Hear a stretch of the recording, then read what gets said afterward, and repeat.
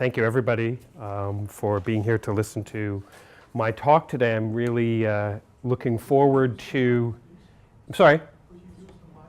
Can I use the mic? Okay, how's that? Let's see how it goes. Oh, I like to walk around. Okay. Okay. All right, so I will uncharacteristically hold a mic and speak to you. So today I want to talk about this notion of cultural big data. Mostly today what I'd like to do is sort of go on a bit of a journey over a whole host of research projects that we've done that I think might contextualize at least the way that I see cultural data, the way that a number of us in different projects and workshops have tried to address cultural data.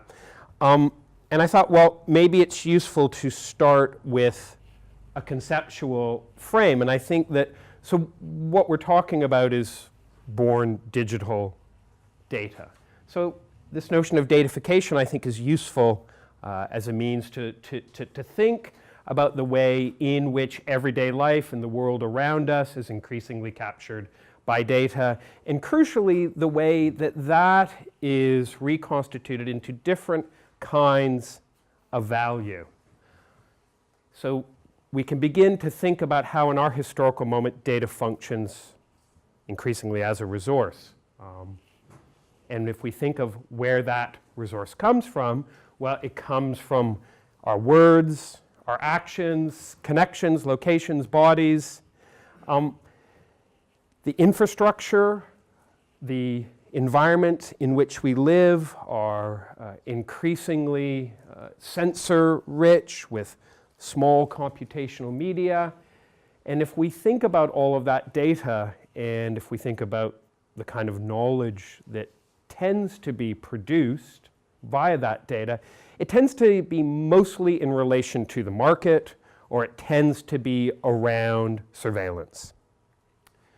And if we then just stop for a moment and think again, right, the kinds of insights that are gained within these mostly transactional, mostly market relations, they're about what we do, how we feel, how we respond to and in what way, where we go, what we do, who we interact with, what we listen to, what we read, what we like, who we like it with, all things that fall into social and certainly a cultural realm, cultural practices.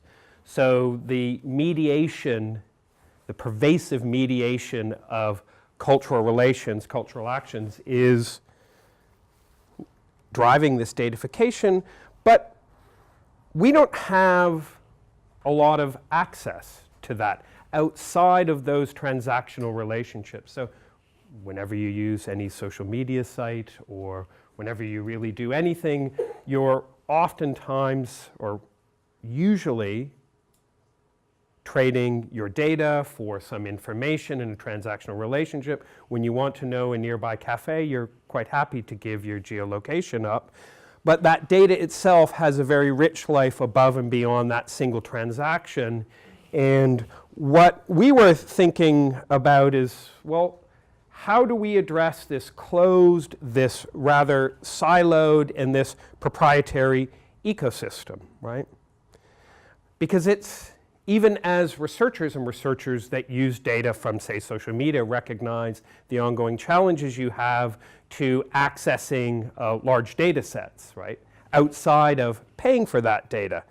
So, for starters, one thing I want to put out there in terms of, for me at least, one way to think about cultural data is to think about how we can access and gather cultural data in a way that can start to construct zones of translation between the human and technology, because I think in our historical moment that's rather crucial. So the first step of that, of course, is access. So the first project that I did with Tobias, also Jennifer Pybus and Giles Greenway at King's, and it was funded by the Arts and Humanities Research Council. This was right in the wake of the first Snowden revelations. And we started off rather naively with very simple questions. And we started with a smartphone. And we said, well, you know, how much data do you generate in the course of a day? What would that data be? And what might you do with it if you could actually access that? And then the next question is, well, how can we unlock our own data from this proprietary ecosystem? Fortunately, one of our research associates, Giles, has a background in kind of hacking community. So he said, well, let's hack our own data, right? So what was really interesting is we were able to collaborate, to partner with 20 teenage coders from the ages of 16 to 20, I think, approximately. They were from an organization called Young Rewired State. What we did is we gave them all smartphones.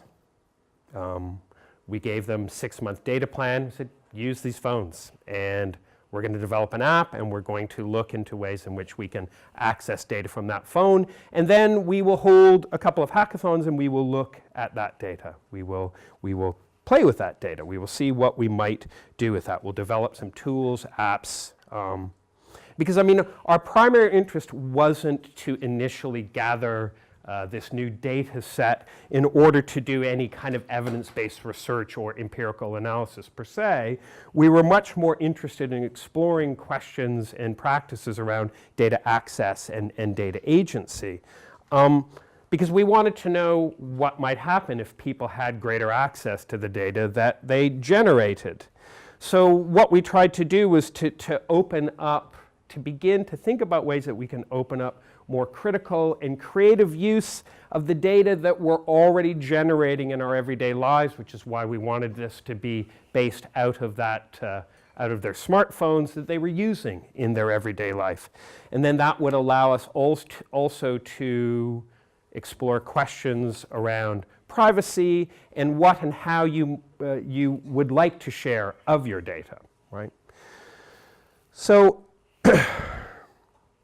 we held a series of workshops. I always like to cite one particular app. So we had all of our teen coders. They got to look at the data that we had been gathering through the Mobile Miner app, which Giles developed and was installed on all the phones.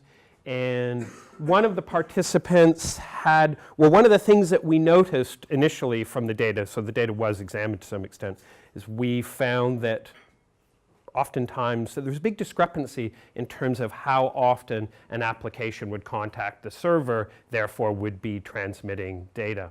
And we found strangely that really simple games, one famous game, the Line Keep In, about the simplest game about moving a block through a maze, was by far the most active.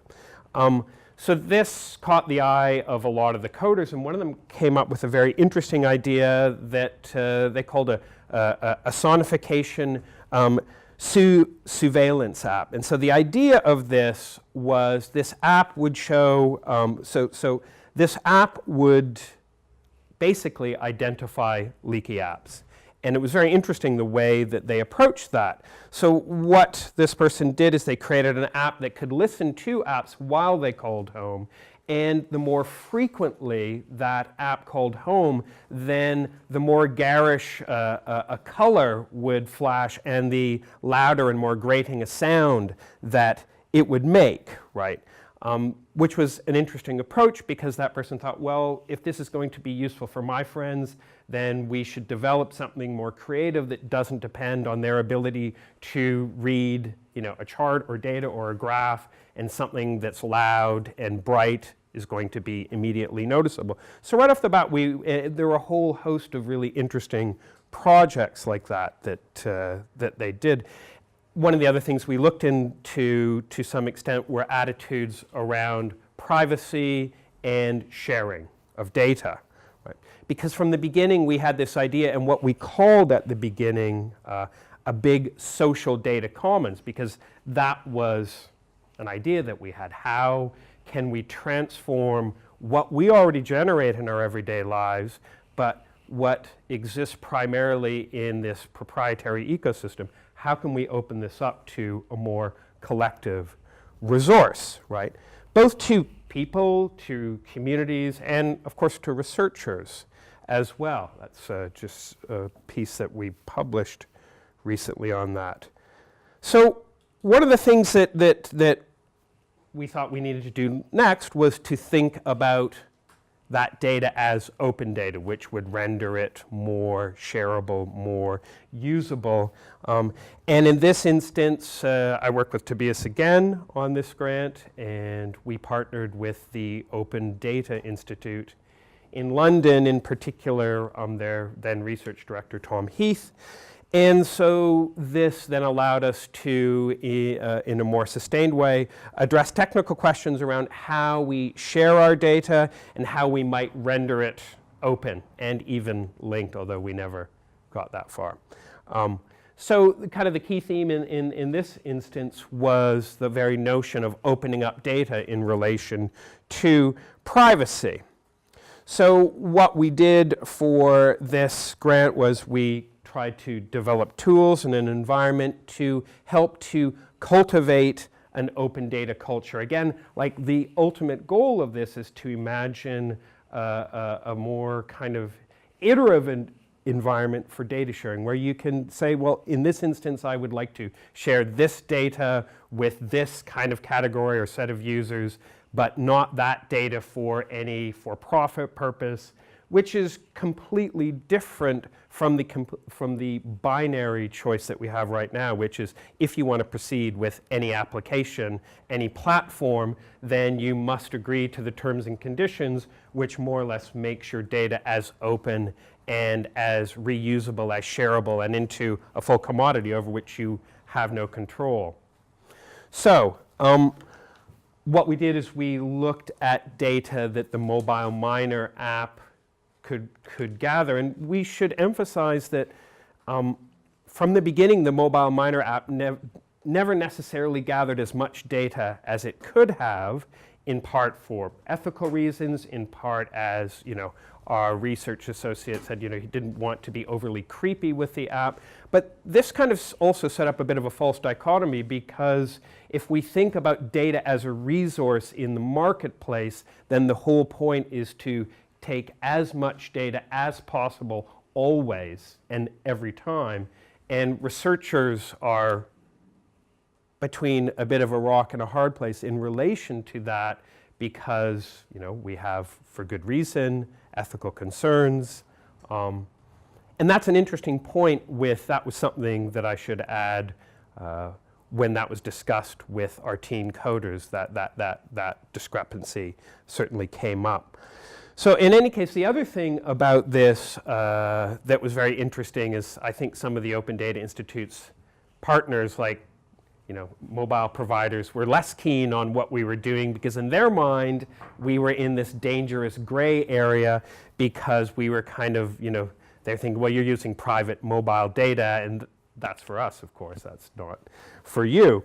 But our idea was, how can we access that and its publication for use and afterwards, right? Despite its position within a proprietary ecosystem, because that is the space where our data exists. And one of the fundamental challenges of trying to build up any notion of cultural data from everyday life is addressing that basic reality. So quickly, what we did is we just tried to develop an integrated solution for open data, for the collection, management, aggregation, and publication, specifically in this case of the Mobile Miner data. So we kind of thought about that boundary between personal and open data. We did some preliminary work on data risk assessment. We developed a kind of a data spectrum for personal to open, and an end-to-end workflow. And this was all, again, thinking about how, in more practical terms, we could move toward this social data commons. And that's a piece that we published on that you could have a look at.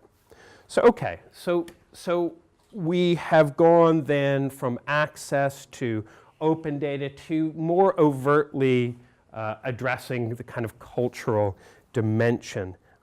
There were a number of projects that were actually happening more or less concurrently, but the first one was a partnership with UC Parica, who's at Southampton, Winchester School of Art, and the British Library, which was a great partner. We're just finishing up. We're in the last 6 weeks of this project. Here, the question was to begin to think about cultural data in relation to a cultural institution.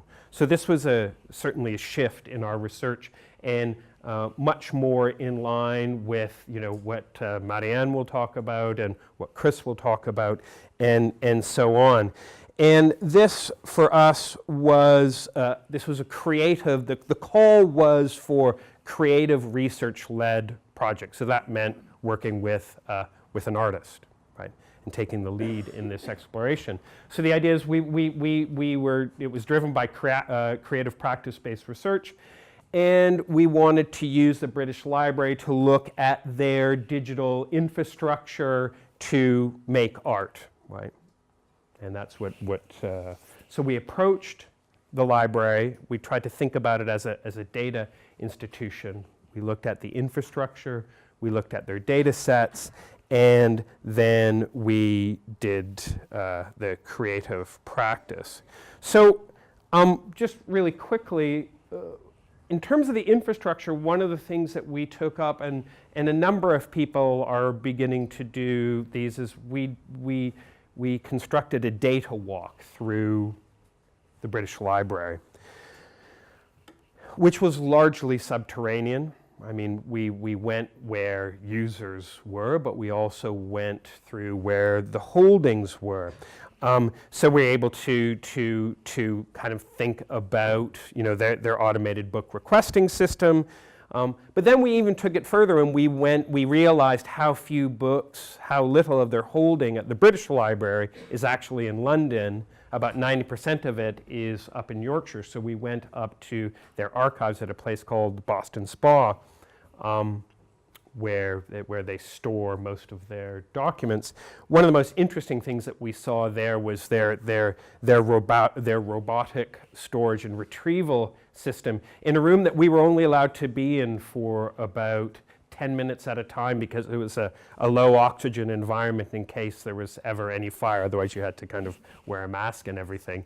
And it was it was everything you might imagine, whether you can kind of think about certain scenes in the Matrix of moving the pods around, or actually an Amazon warehouse, either or.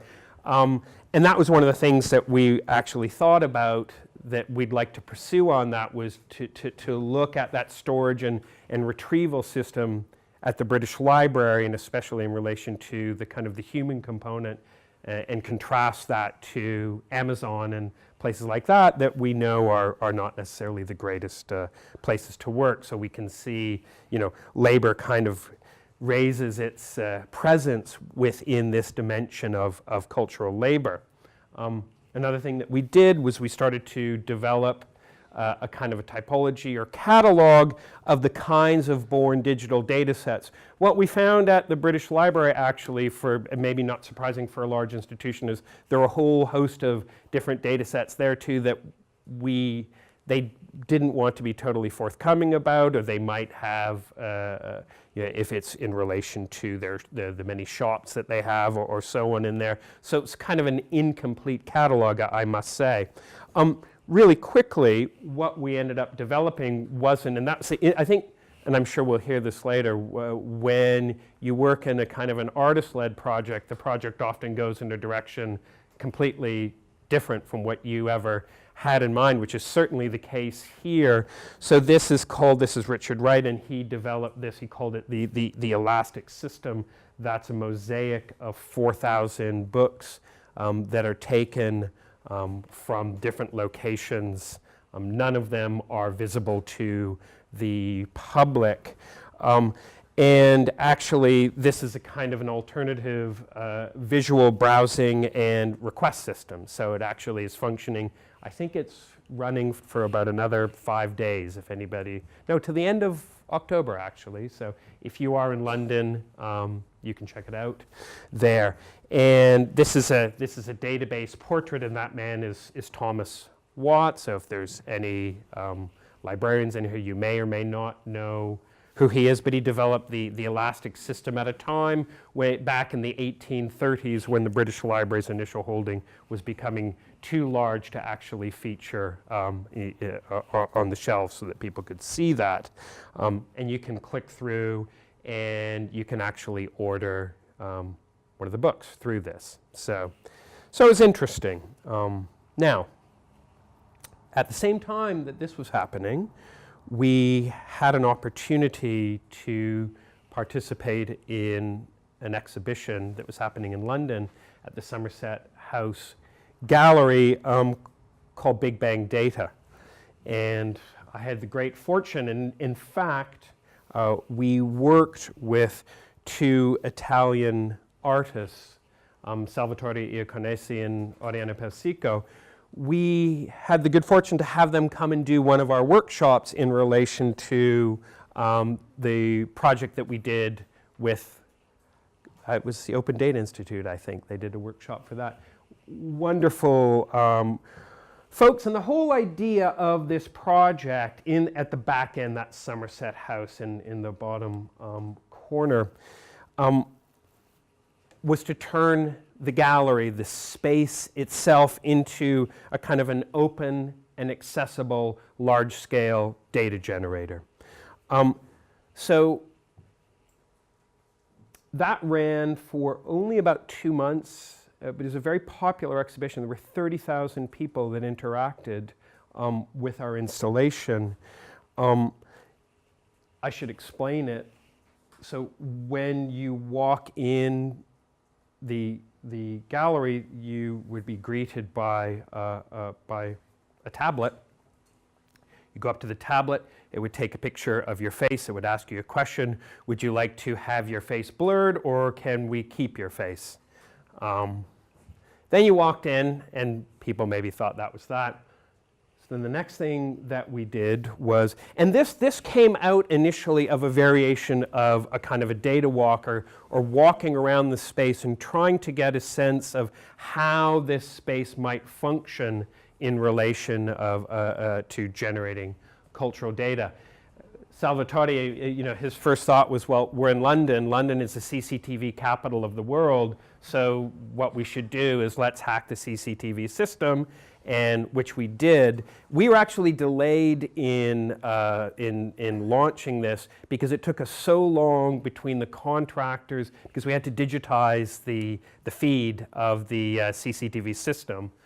Once we got it going, it actually worked a charm.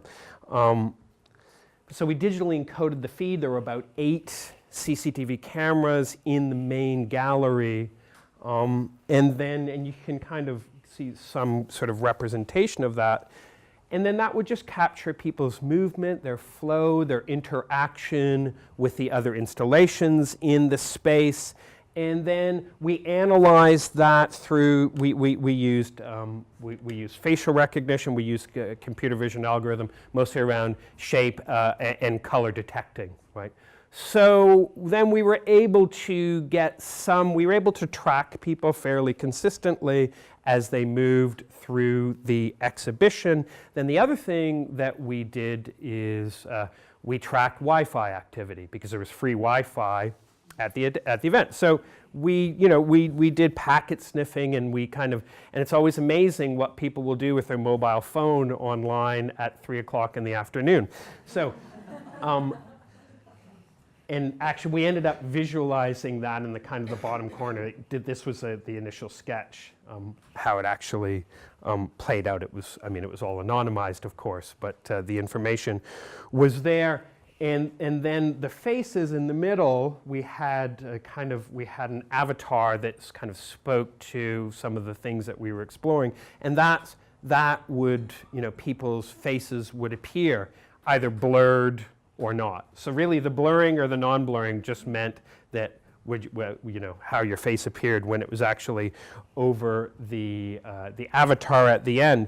So I think that, we wanted to render more transparent that which is already happening in our everyday lives, but which forever remains opaque within a whole never-ending set of black boxes, which is why we kind of visualize that at the very end of the exhibition.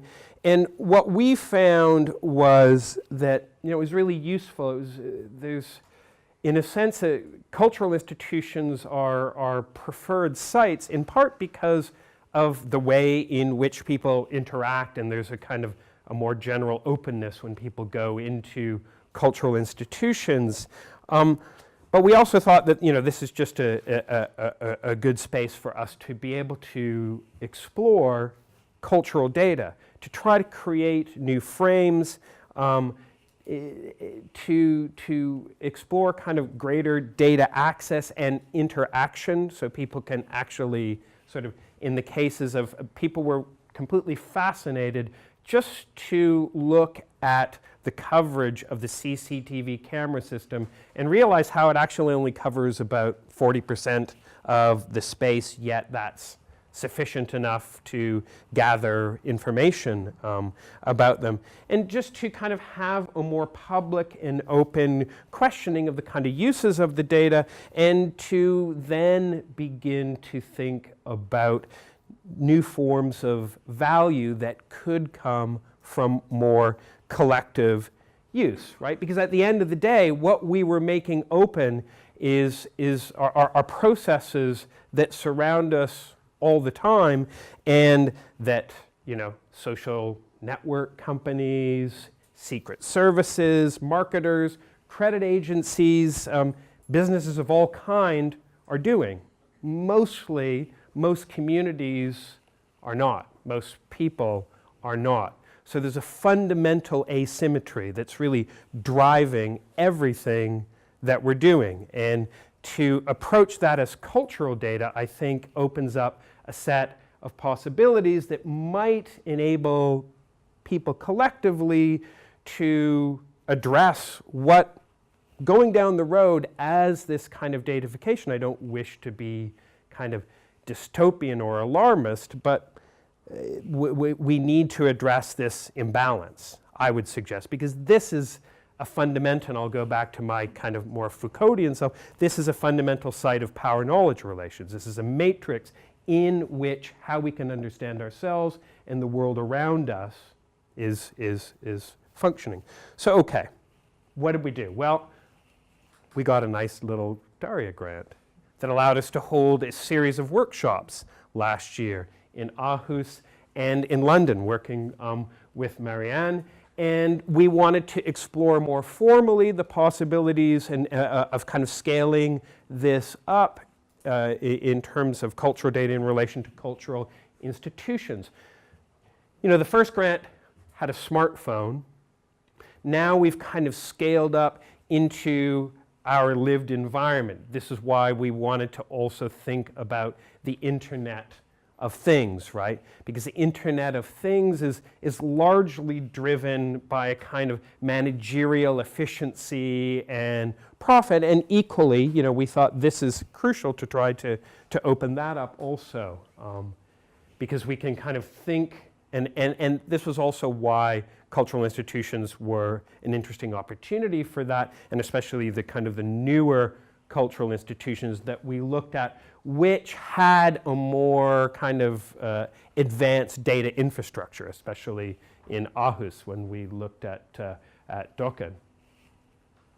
So the idea was, in this particular project, was to think about cultural data for artists, for creators, and for the public, and to continue trying to kind of create new open cultural data infrastructures, to think about kind of questions of more communal ownership, to think about more open and innovative methods for research and analysis, and engagement with artists for new kinds of creativity. So as I said, we held a series of workshops in Aarhus and in London. We undertook data walks again, just really briefly because probably time is going by. Just some of the data, and Dokken is a new cultural institution, library, not a community center, but there's the government offices, citizen services, and it's brand new, it's lovely, it's right on the harbor, and they were very keen to show us all of the kind of the data capacities of that space, and it was wonderful. We learned a lot about building automation services, which I'd never known much about. If you were an architect, you would probably know a lot about it. So because there's a whole bunch of centralized controls, we learned about heating, power consumption, ventilation, all the much more ecologically friendly systems that they had developed there. I have a note on motion sensing for room cleaning, was another one. It was just really interesting to kind of think about a public space in terms of, and going forward, inevitably public spaces will be filled more pervasively with computational media, and it's interesting to think about how that might open up beyond, structural engineers and contractors and architects, and to think around, especially for artists and for researchers, in terms of opening that up, right? We learned about usage data from them. We got a lot of information about usage data from everything from their cameras, that would recognize people coming in and out of the space to have an accurate count, the number of people that were in their info desks, their Wi-Fi, their incredible automated underground parking system, which we use just to be able to experience the robotic system scaled up to automobiles. And collection data and so on, right? So this was very, very interesting. The data walks that we did there were also extremely useful. And so there was, out of these workshops, we had one outcome, which was a submission to Horizon 2020, and that was the cultural big data proposal, right, where we proposed building a European internet of cultural things. So sadly, it wasn't successful. This was a different world. This was a pre-Brexit world. It makes me just, I didn't vote for breakfast, by the way. In any case, the idea for this project was to try to address, this, what we're putting forward as an underutilized, underdeveloped cultural dimension in our shared data ecosystem, right? Precisely because this is increasingly underpinning how we understand ourselves and the world around us. So we could say our datafied life world. Our initial idea was to look to partnering with major cultural platforms. In this instance, we were interested in trying to partner with the European Capital of Culture program. Because, then each year you have a new space that's public spaces, that is buildings that we can kind of think about how in consultation with local artists, with cultural policymakers, cultural institutions, creative industries, and to develop, on the one hand, in a in a practical way, thinking about new cultural metrics, right? Because this is a significant need, right? This kind of cultural data for metrics for cultural institutions, which are being squeezed like everybody else. But then opening up those processes also of data generation to more kind of critical, creative, and collective use, right? And again, thinking in terms of infrastructure, in terms of creative practices, in terms of possible scholarly use. And what I would suggest and what I favor is thinking about it as a techno-cultural resource, right? Which opens up that fundamental relationship between the human and technology. I think that the one challenge that we had as an integrating activity was to point to an actually existing infrastructure, which arguably isn't fully there at this point. Just as an aside, Toby and I are also working on a related, and I think it's important to take this as a point of reference. So big data is a social big data infrastructure. This is a mathematics and ICT starting community research infrastructure. And I think it's worth just taking a brief moment to point to that difference of social big data in that sense in terms of social and cultural analytics, whereby the majority of participants in this project are, in fact, data scientists. I think that there's an opportunity in looking at that because it is a model for a European infrastructure to follow. But I think that there's also a challenge in terms of clearly distinguishing cultural data from social data, because there is an overlap, especially around certain dimensions of social and cultural analytics. And I think that, at least for me, the one thing that I would keep coming back to is I think that there is vast space to differentiate in terms of arts and humanities research. And for the humanities research, the kind of, I've said this before, this kind of shift thinking, in addition to the digital humanities, thinking about the digital human, or in this instance, the data human. And I think that this is a space where we can think from a humanities perspective on cultural data. So, okay, I'm going to end just with a bunch of,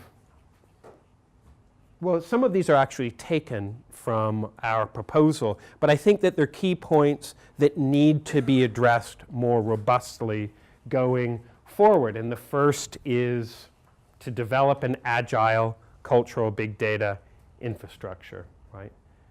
Now, whatever kind of cultural platforms we're able to target, whether it's in an institution, we'll hear Chris talk about that in a bit, whether it's in a given city like Aarhus, whether it's something like ECOX, in a sense, it doesn't matter. We need to kind of start somewhere and to build from that. And then to kind of create that bespoke infrastructure. We had one interesting partner on our proposal, Jat Singh from the computer laboratories at Cambridge, and he often talked about, he liked to open up the kind of the plumbing of the Internet of Things to break open that kind of silo, which is highly proprietary, where we're starting to see increasingly kind of command and control systems that are, embedded in our everyday life, and kind of opening that up to multiple users and multiple uses through relatively kind of straightforward exploits or fixes to open up and broaden kind of cultural data flows and cultural data exchanges.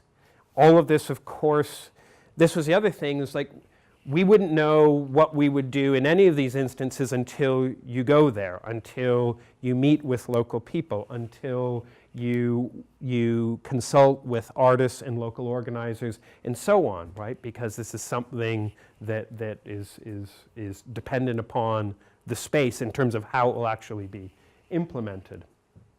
The second point is around participatory design for open, responsive, and responsible public data infrastructure. So this is where we can kind of think about that societal value, which I would suggest is apparent, right? But thinking about kind of workshops, mapping studies, data sprints, right? Developing, integrating, using, exploring digital tools and methods.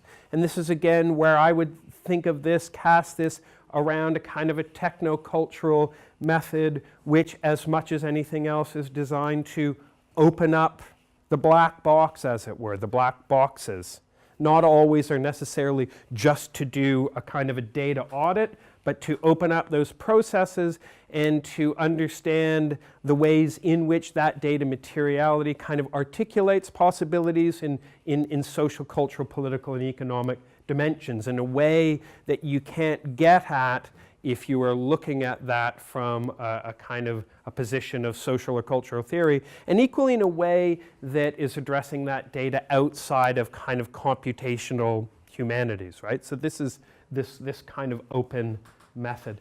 And the third is a curation framework, which is highly necessary if we're going to make more functional cultural big data.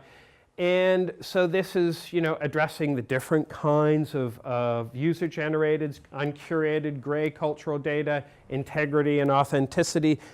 This is starting to get, frankly, out of my realm and much more into the realm of many here, which is why I would suggest that something like DARIAH is extremely important for taking on a project like this.